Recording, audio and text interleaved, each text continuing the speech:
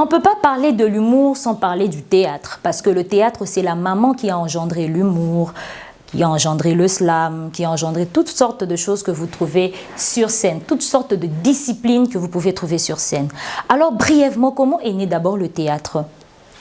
On nous raconte que le théâtre est né en Grèce, lors de la fête de la vendange, c'est-à-dire les Grecs, à chaque année, ils organisaient des vendanges, c'est-à-dire ils allaient cueillir du raisin pour faire du vin. Et en faisant du vin, ils rendaient grâce au dieu Dionysos, qui est le dieu de la fête, de la légèreté et de toutes ces sortes. Et donc, à chaque fois qu'ils allaient prendre ce vin, ils faisaient des spectacles de théâtre qui accompagnaient toutes les étapes pour avoir du vin. Et des spectacles pouvaient durer 2 jours, 3 jours, 1 mois, et tout ça, ils n'avaient pas la notion de l'unité de temps, de l'unité de durée et l'unité de lieu. Donc, c'était comme ça qu'est créé le théâtre. Il y avait des costumes qui ne ressemblaient pas aux costumes d'aujourd'hui. Les personnages, quand ils disent « nous allons nous voir demain », alors tout l'auditoire doit attendre demain pour venir voir le spectacle.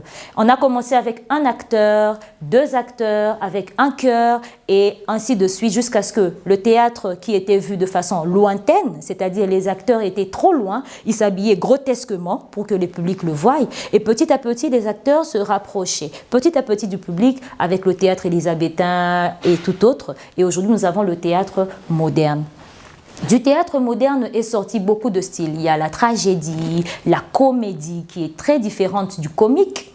Et le comique est sorti de là. Mais au XVIIIe siècle, les penseurs et les philosophes avaient certaines relations entre eux. Et la manière de confronter leurs pensées faisait en sorte qu'ils puissent dégager une certaine situation comique. Et quand quelqu'un disait ses pensées et l'autre l'appréhendait autrement, ça suscitait du rire.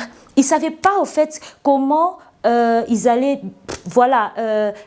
décrire cette personne qui avait la facilité de donner de la bonne humeur. Et ils disaient généralement « you have a humor », ça veut dire « tu as de l'humeur », tu as la capacité de nous rendre heureux, de nous arracher le rire. Et petit à petit, on dit « you have a humor »,« you have a humor », tu as de l'humeur, tu as de l'humeur. Petit à petit, « humor »,« humor », déformé en français « humour » et en anglais « humoriste ». C'est de là qu'est tiré le mot « humour » et avec tout le vent qu'il y avait, le comique est entré dedans. Et voilà, aujourd'hui, nous parlons de la bouffonnerie, des clowns et du stand-up. C'est là qu'est né l'humour.